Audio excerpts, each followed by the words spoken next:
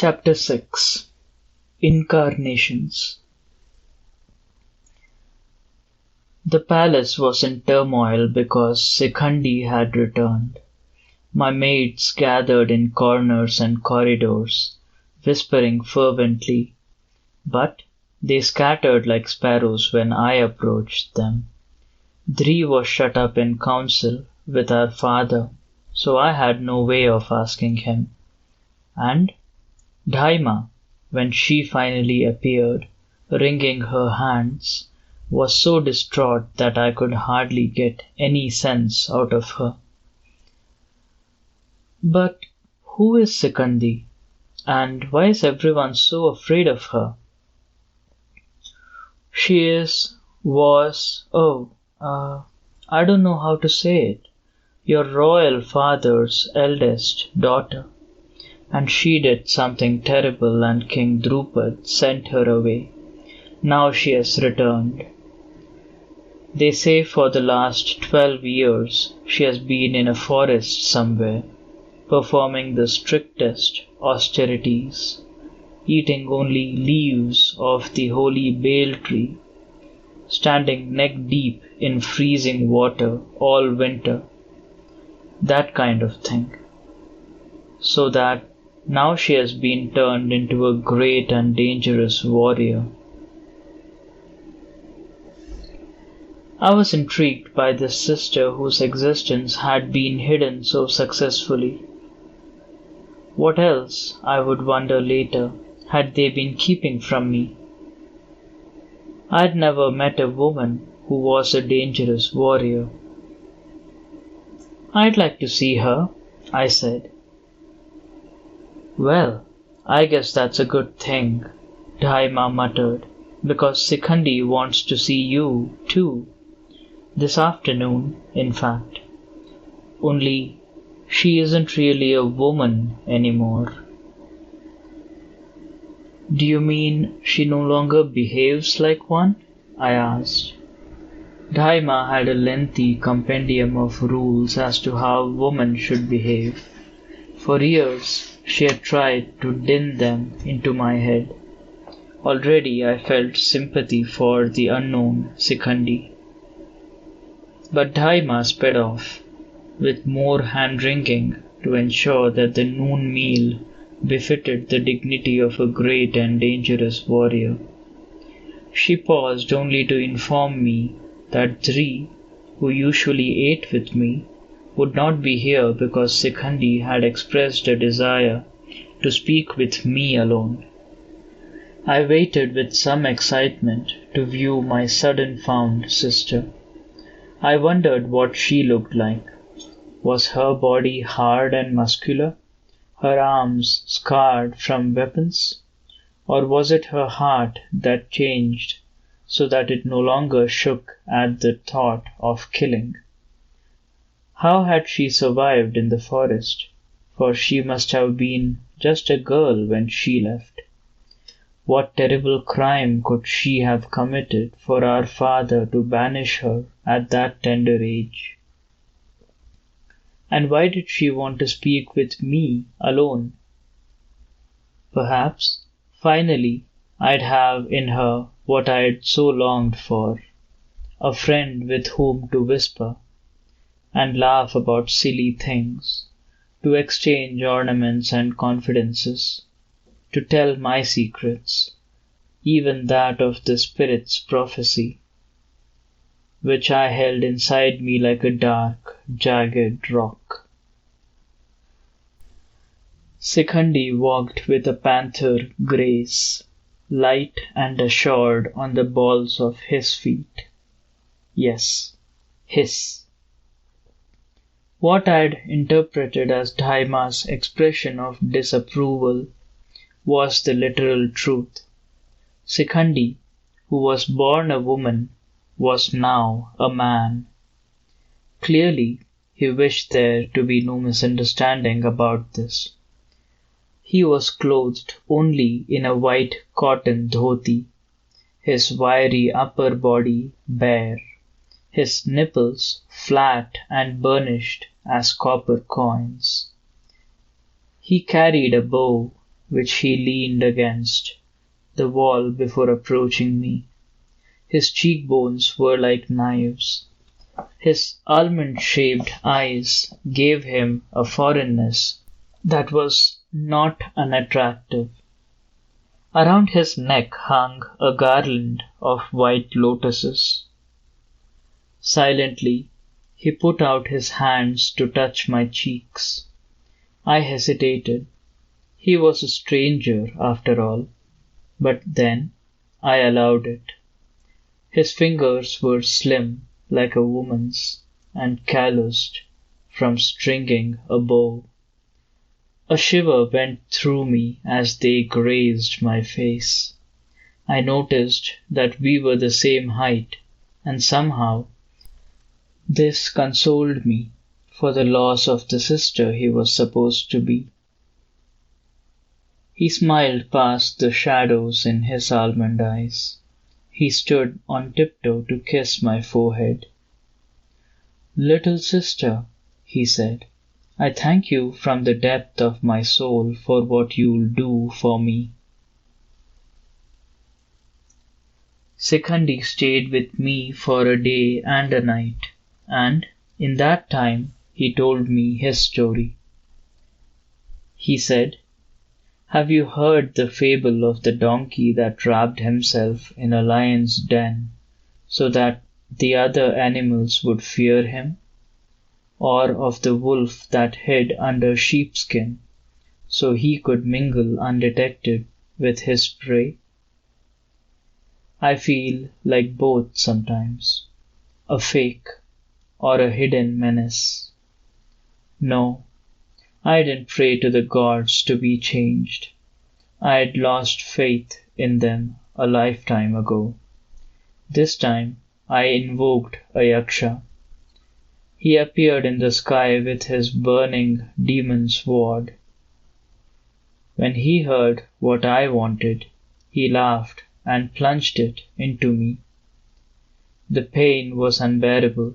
I fainted. When I awoke, I was a man. And yet, not completely so, for, though my form was changed, inside me I remembered how women thought and what they longed for. I had to be a man, because only a man can do what I must accomplish: kill the greatest warrior of our time. Yes, someone greater than even Drona. His name is Bhishma the Terrible.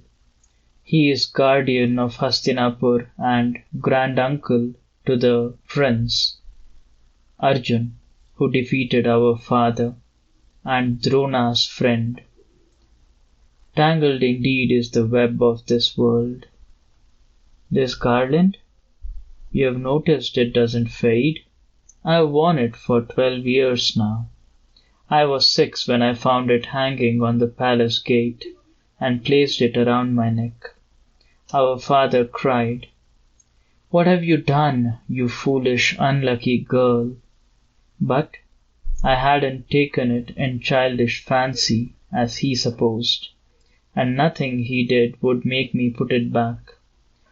Finally he banished me, so that the ill luck rising from my action wouldn't haunt his house.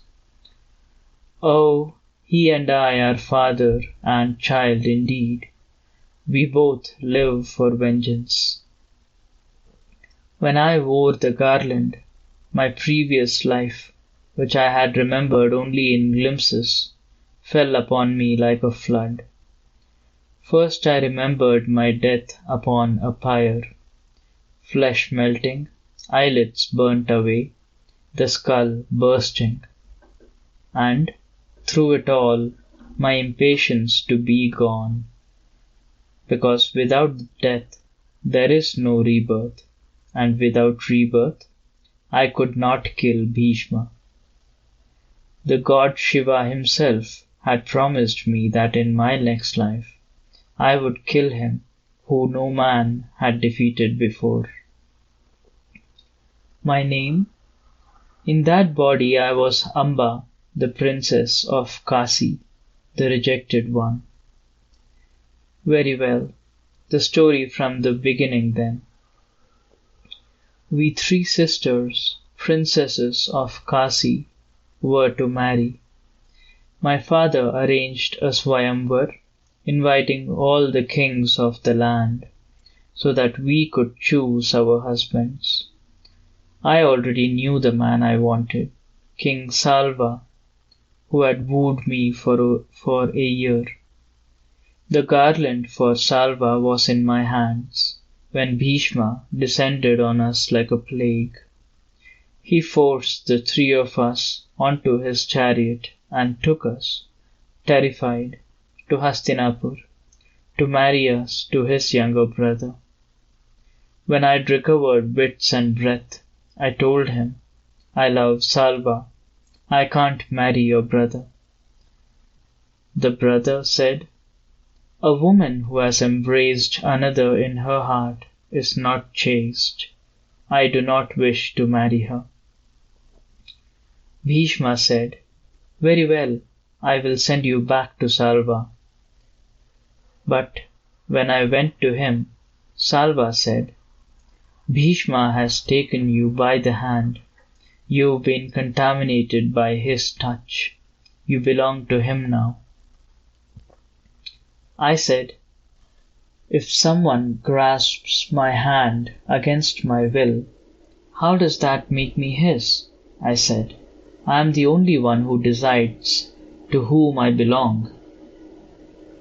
In the sandalwood days of love, I had thought that if I could not have Salva, I would die. Now I discovered that a woman's life is tougher than a banyan root, which exists without soil or water. For Salva forced me to return to Bhishma, and still I lived. I told Bhishma, my happiness has crumbled into dust because of you. Marry me, so that at least my honor can be saved. Bhishma said, forgive me. In youth I promised my father I would never marry. I cannot go back on my word. I said, what is a dead vow compared to a living woman's ruin? He didn't answer. When I looked on his serene face, hatred filled me with its black haze, more hatred than I had ever thought I could feel. Abandoned and shamed, I went from court to court, seeking a champion who would battle Bhishma. But all were afraid of him. I went to the Himalayas in my despair and performed austerities so that the gods would help me. Years passed, my youth fell away. The gods were reluctant to interfere because Bhishma was the son of Ganga, goddess of the sacred river. Finally, the child god Kartikeya took pity and appeared before me with this garland. He said, if you can find someone to wear it, he will defeat Bhishma. My hopes rekindled. I went back to the kings with the everlasting garland. But the cowards, in spite of a god's assurance, they were still afraid. Even King Drupad, known in the time as a champion of the weak, dared not to accept. In disgust, I flung it on his palace gate and went to my death. The humor of the gods is cruel, or perhaps they see more than we do.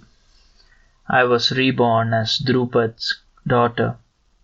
The moment I set eyes on the garland that never fades, my past returned to me, and with it my rage.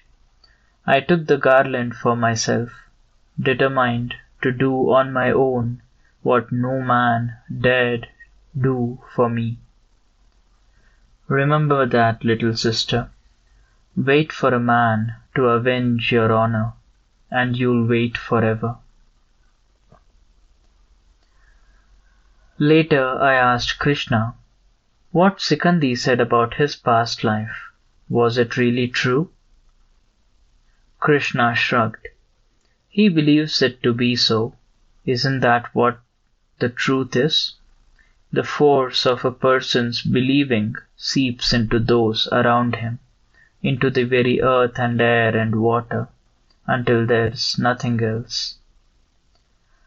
Oh, it was hard to get a direct answer from Krishna. Could he really have been Amba in a previous incarnation? I persisted. Or did he, through some strange empathy, feel her sorrow so deeply that he resolved to avenge her? We all have past lives, Krishna said, though that wasn't what I'd asked. Highly evolved beings remember them, while lesser souls forget. No doubt you remember yours. I do. Once I was a fish. I saved mankind from the great flood. Once I was a boar. I lifted earth out of the primordial waters with my tusks. Once, as a giant tortoise. Wait, I interrupted. Those are the incarnations of Vishnu. I read about them in the Puranas. He lifted his shoulders and spread his hands. There's no fooling you, Krishna. In you I've met my match. I eyed him with suspicion. I could never tell when he was joking. Then he said, I remember your last life too. I tried to feign indifference, but I couldn't keep it up. Tell me, I cried.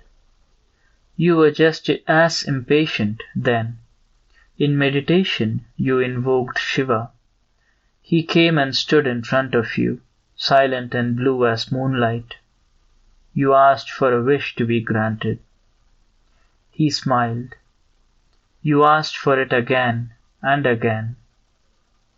5 times you made your wish before he had the chance to say yes. Therefore, in this life, you will have what you wanted 5 times over. 5. The word beat upon my heart, and the warnings of the sage, which I had managed to push to the back of my mind over the last months, stung me again like poison weed. What was my wish? I asked, my throat dry. Haven't you had enough of prophecies yet? Krishna said. His eyes, bright with amusement, were like black bees. King Drupad had invited Shikhandi to stay with him, but Shikhandi politely excused himself. Drupad tried unsuccessfully to disguise his relief at this. However, when Shikhandi said that he would like to stay with my brother and me instead, I sensed our father's uneasiness. Perhaps he was worried that Shikhandi would be a corrupting influence, but I was delighted. Something about Shikhandi drew me to him. Was it his easy acceptance of me? His own unusual life? He bore his destiny so casually, it made me worry less about Dhri's and mine. He made me realize the existence of possibilities I hadn't dreamed of. We whiled away his short visit in eating and storytelling and playing at dice, for Dhri had taught me this most unladylike pastime.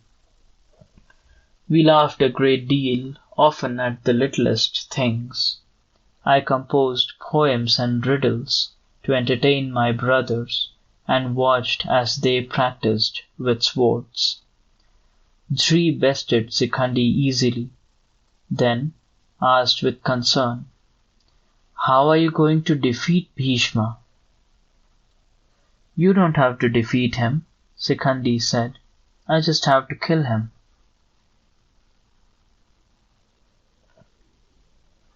Reluctant to let him leave my life, I tried to tempt Shikhandi to remain longer. Was it because one day, if the prophecy about my husband's was true, I too would cross the bounds of what was allowed to women? I promised to write a poem in his praise, to let him win at dice, to have Daima cook his favorite fish curry. Dhri offered to teach him the newest wrestling holds. Shikhandi shook his head, his eyes regretful. "Thank you for making me so welcome," he said. "All my life people have been glad to see me leave." Dhri gave him his favorite horse and the best spear in the armory. I gave him sweet laddus to eat on the way, and a yak hair shawl against the approaching winter. In its folds I had secreted gold coins. I imagined his face when he'd discovered them on a cold and hungry day in an unfriendly town. But he would take nothing. "To start my penance," he explained, "I must travel light, living off only what the land yields." "Penance?" I cried. "For what?" "It's others who should be doing penance for all the ways in which they have let you down." To kill the greatest warrior of one's time is a terrible deed, he said, no matter what the cause. It weakens the foundations of society. It's worse when it's done through trickery, and that's what I'll have to resort to, because certainly I don't have the skill to achieve it otherwise. I'm atoning for it in advance, as it's very likely that I, too, will die in the process. Under the shadow of the palace gates, Dhri said, "Brother, you've been both woman and man. You must know secrets that others don't. Share some of your wisdom with us." Shikhandi's lips twisted in a bitter smile. "Yes, I've learned a few things along the way, though now that I'm neither man nor woman, they can't do me any good. But here's one that may be of use to you. The power of a man is like a bull's charge, while the power of a woman moves aslant, like a serpent, seeking its prey. Know the particular properties of your power. Unless you use it correctly, it won't get you what you want." His words perplexed me. Wasn't power singular and simple? In the world that I knew, men just happened to have more of it. I hoped to change this. I would have to ponder Shikhandi's words. But I had something else to ask before he left. I grasped his hands one last time, feeling those calluses. I tried to soften them with a paste, but he had stopped me. "What's the use?" he had said. "I'll just have to grow myself some more." "When we first met," I asked, "why did you thank me?" "I thanked you because you'll help me fulfill my destiny." "How?" "You'll bring about the great war where I'll meet Bhishma and kill him." His face darkened. "But I should have begged your pardon instead for all the humiliation you'll suffer before the war, and all the sorrow afterward. And much of this you'll endure, sister, because your destiny is linked with mine."